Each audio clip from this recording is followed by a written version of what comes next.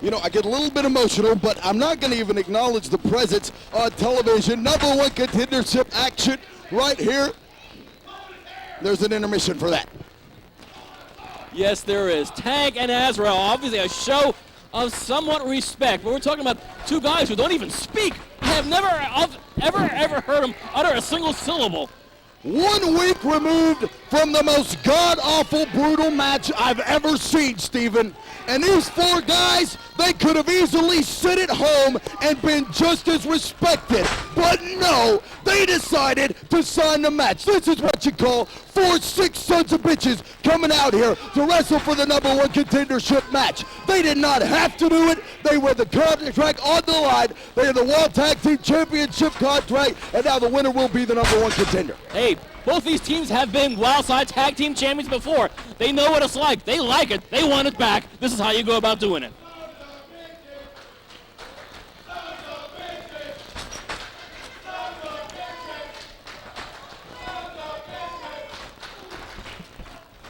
What a kick by the Angel of Death, Azrael. A true kick-a-thon between the Angel of Death and the sickle-wielding maniac who happily left the sickle at home, we think.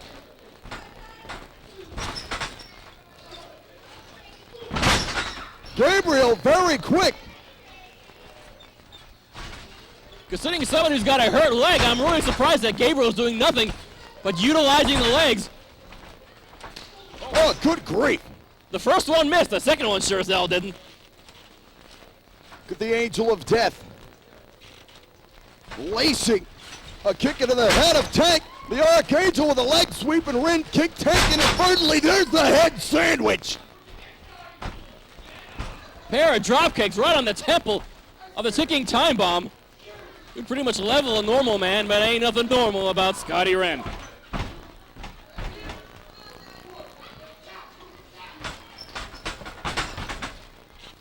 Head scissors there by Tank. He's got Gabriel. Look at this. Oh my goodness. The sickle-wielding maniac. Dropping that reverse DDT out of a backdrop driver position. I think he had plans for an F-bomb, but the Gabriel did not want to endure that. Can't say I blame him. I think it was actually a reverse F-bomb. But nevertheless, Gabriel lands on his feet. Big punch to the side of the head. Scottie Wrenn with a gorilla press onto the Archangel, but Gabriel reverses. Oh, good grief. Bodies bouncing all over the ring here at the NWA Arena, and Azrael's had about all he could take from the ticking time bomb. Although the man doesn't exactly say very much, obviously very passionate about his craft, and his craft is quite lethal. The Archangel drops square on the top of his head. Not sure what all's inside, but at the moment, I'm sure whatever it is, it's scrambled.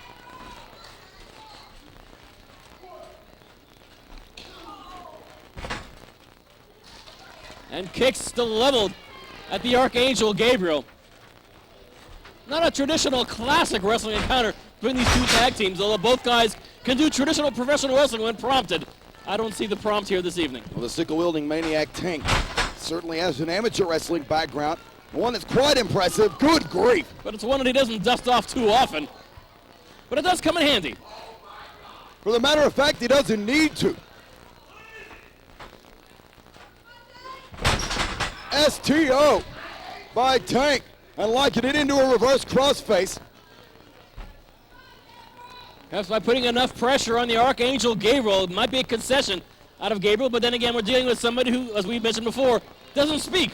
We don't even know if he can concede. Maybe he'll throw a flag or something. Is an advantage the Lost Boys have. I guess they can't say I quit. And I can't say we ever heard Tank say that either. And I quit is not exactly something in Scottie Wrenn's vocabulary last time I checked. Speaking of Scottie Wrenn, the ticking time bomb has been tagged in. And Gabriel, who was probably the most injured of the two Lost Boys at the moment, is getting even more injuries to add to that record.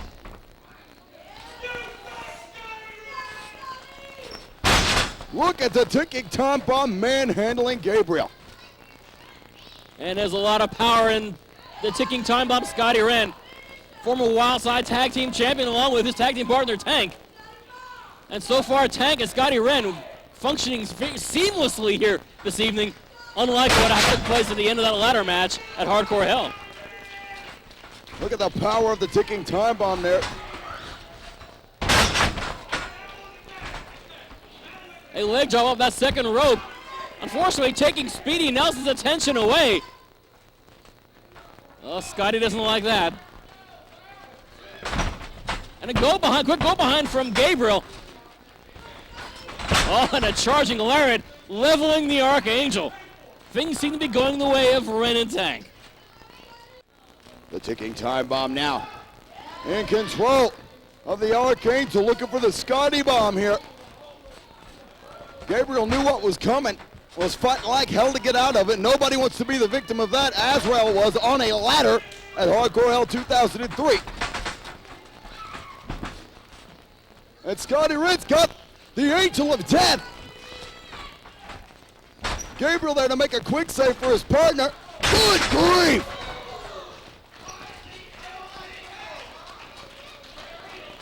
The power of Scottie Wrenn on display here this week on NWA Wildside. And it is breaking down. No idea who the legal men are. There's a choke breaker by Tank. Thunderous punch to the face of Scottie Wrenn. And a lariat pretty much clarifies that situation.